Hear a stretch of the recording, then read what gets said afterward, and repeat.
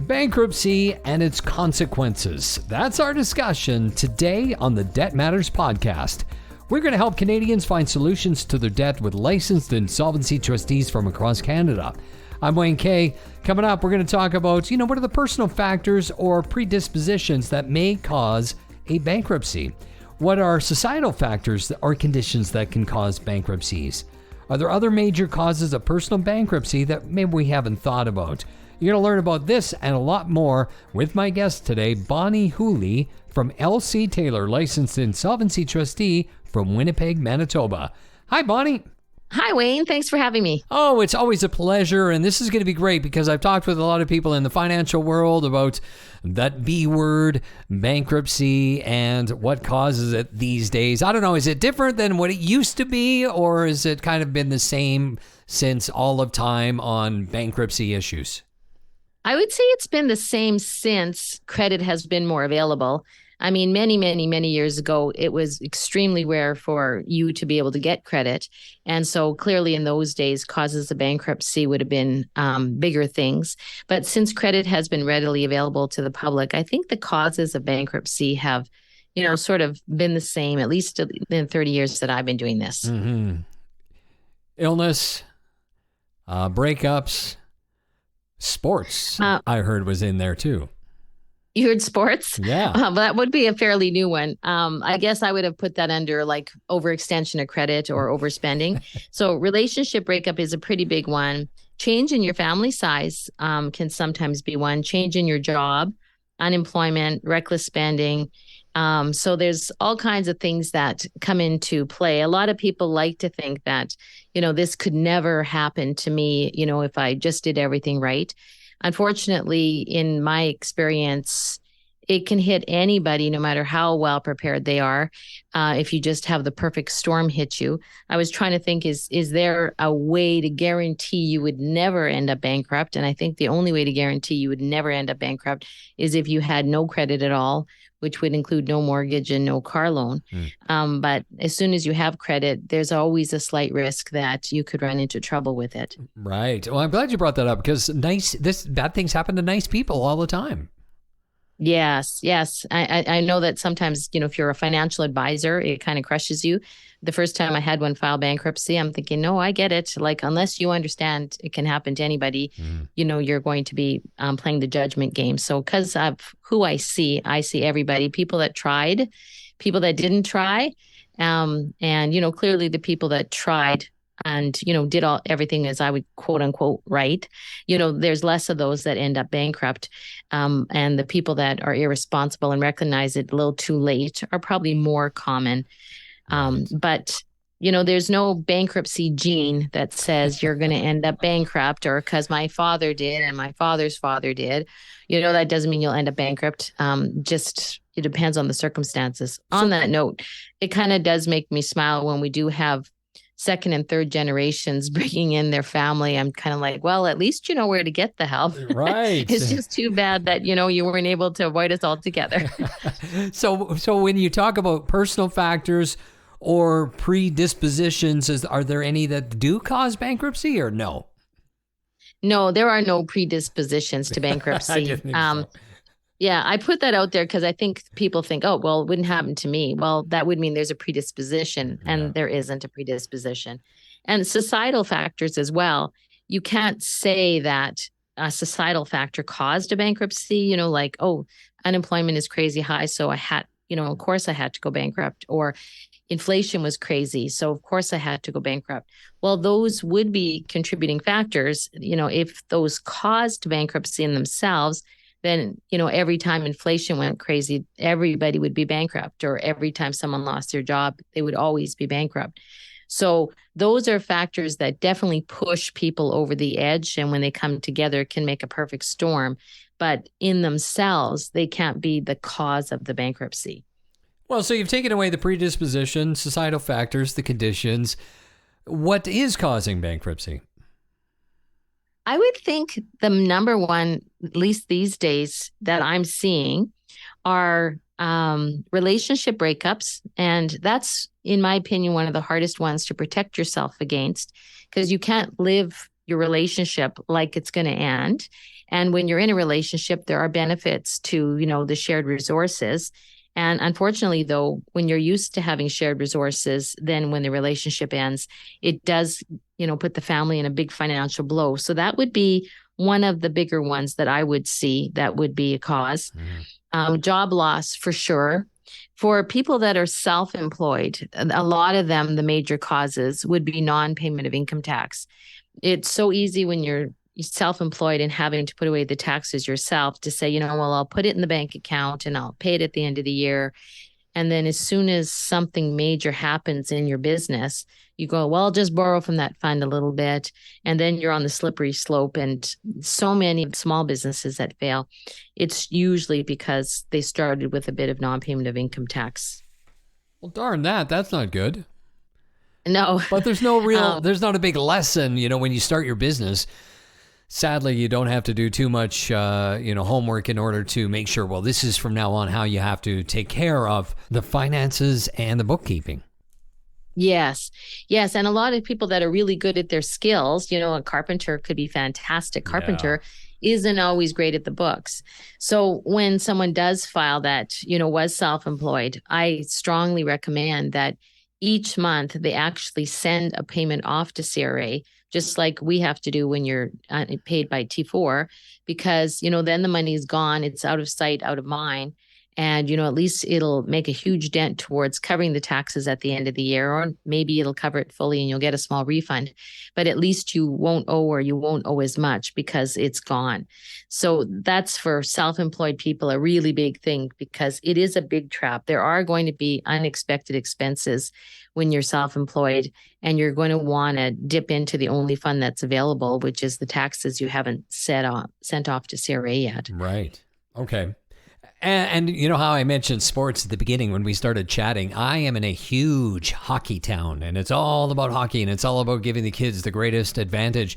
And there's a lot of parents here that send off their kids to these hockey academies, and they're there, 14 years of age.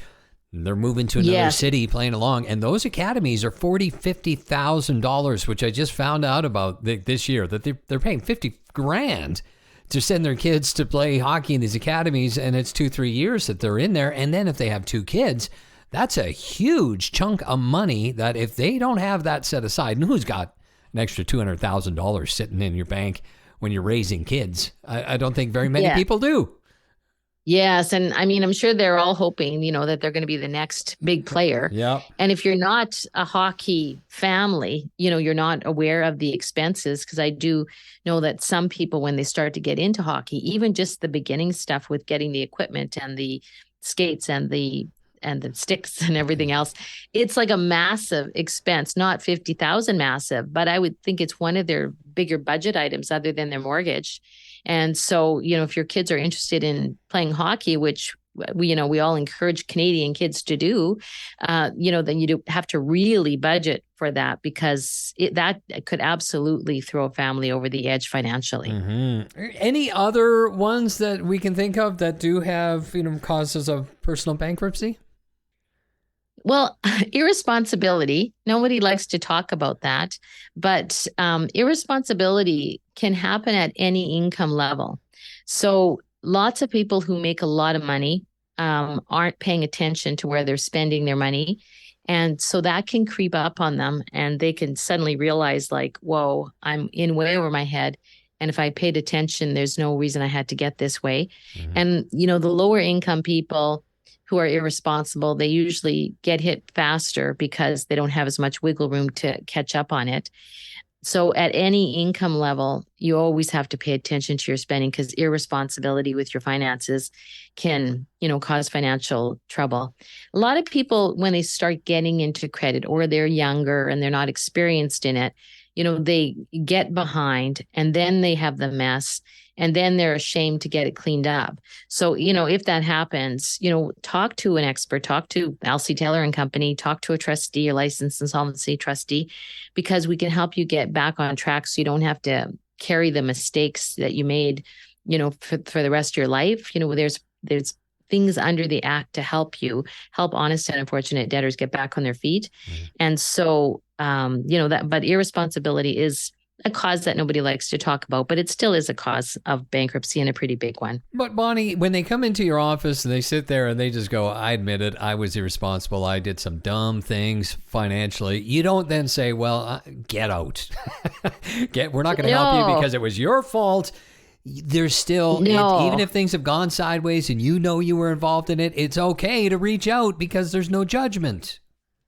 Right, because talking to the trustee is one of the most responsible things they're doing. Yes. Like hiding from their creditors, pretending that this isn't there, ignoring it, making it go away. It's just continuing their responsibility. But facing up to it and saying, okay, I'm in a mess.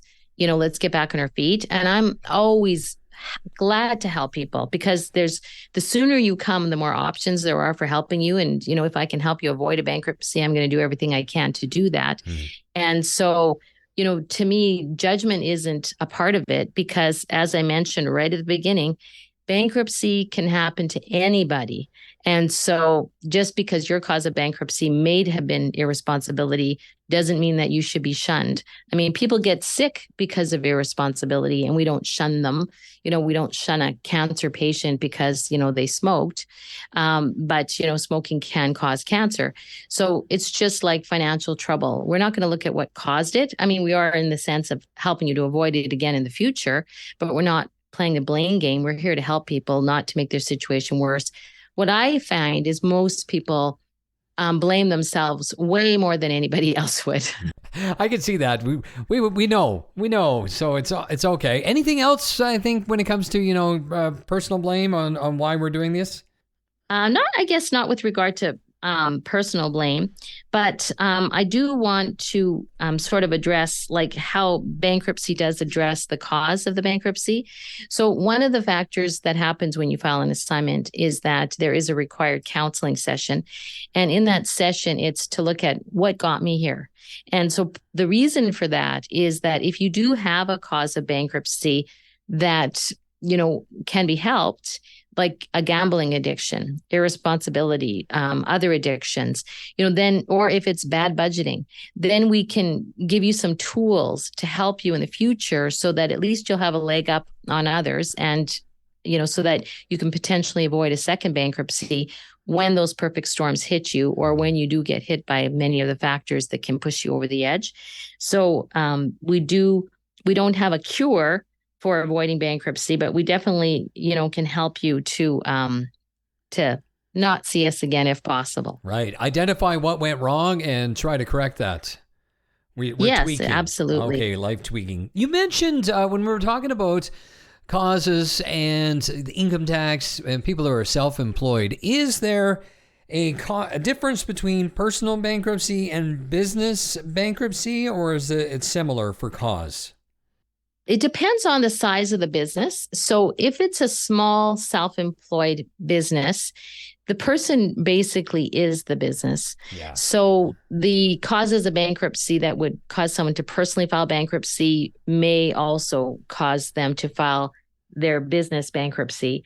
In addition, they may have industry factors that come into play, like in Winnipeg this year, we've had almost no snow. So, if you're in the snow clearing business and relying on that as your major source of income, aside from being a small business, self-employed, the environmental conditions can push you over the edge a little quicker. Now, if you're a corporation, those would basically have different causes for their bankruptcy. Some of them could be similar. If you don't have, proper people looking after the books, then irresponsibility. If you are the manager and you're irresponsible with the corporate funds, that can push you into a bankruptcy as well.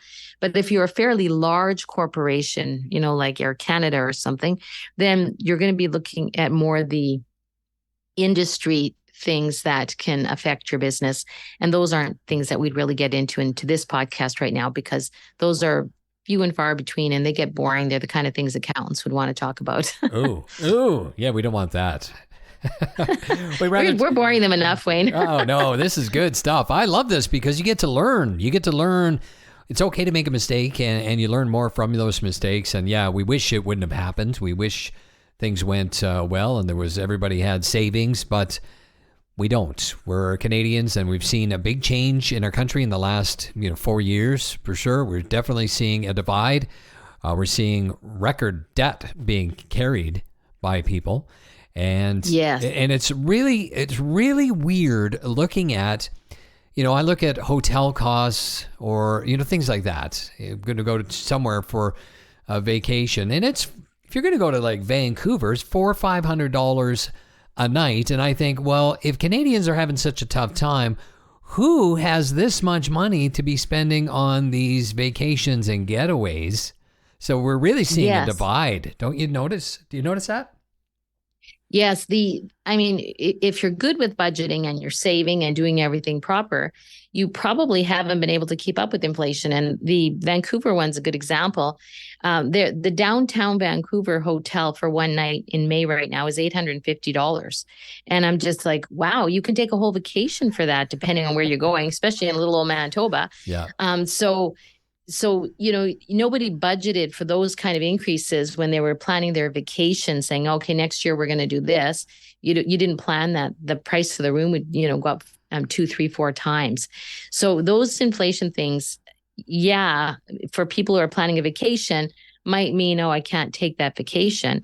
But if you're trying to buy groceries or, you're required to send your kids things like for hockey, those expenses are things you didn't have time to budget for, and your salary did not increase at the rate of inflation. So, those things are really pushing people over the edge. And we have seen an increase in the number of people filing bankruptcy in Canada and in Manitoba. And it's because even though people have done everything right, these little factors start to come together and make a perfect storm, and they start to encroach and people hang on for a while, but then you eventually get pushed over the edge. So again, in those situations, if you're starting to feel the crunch, talk to a licensed insolvency trustee, because if there's something we can do or recommend prior to the situation being so dire that you have to file an assignment of some type, we're absolutely going to be able to point that out, because that's what we're trained to do. I think that's perfect. That's exactly what we needed to hear. Bonnie, any final words you want to share? No, just enjoy the weather, because Manitoba and Canada, we always have changing weather. And if you live in Manitoba, you can get 4 seasons in a week this year. That's great. Thank you so much for your time. It's always a pleasure. All right. Take care. See you again, Wayne. You bet, Bonnie. And once again, if you want to get a free consultation or you want to learn more about Bonnie Hooley and the team at LC Taylor, Licensed Insolvency Trustee, go to the website lctaylor.com. And that's it for the Debt Matters podcast. Make sure you subscribe wherever you get your favorite podcasts from. And of course, for more information, you can always check out debtmatters.ca. Thanks for listening.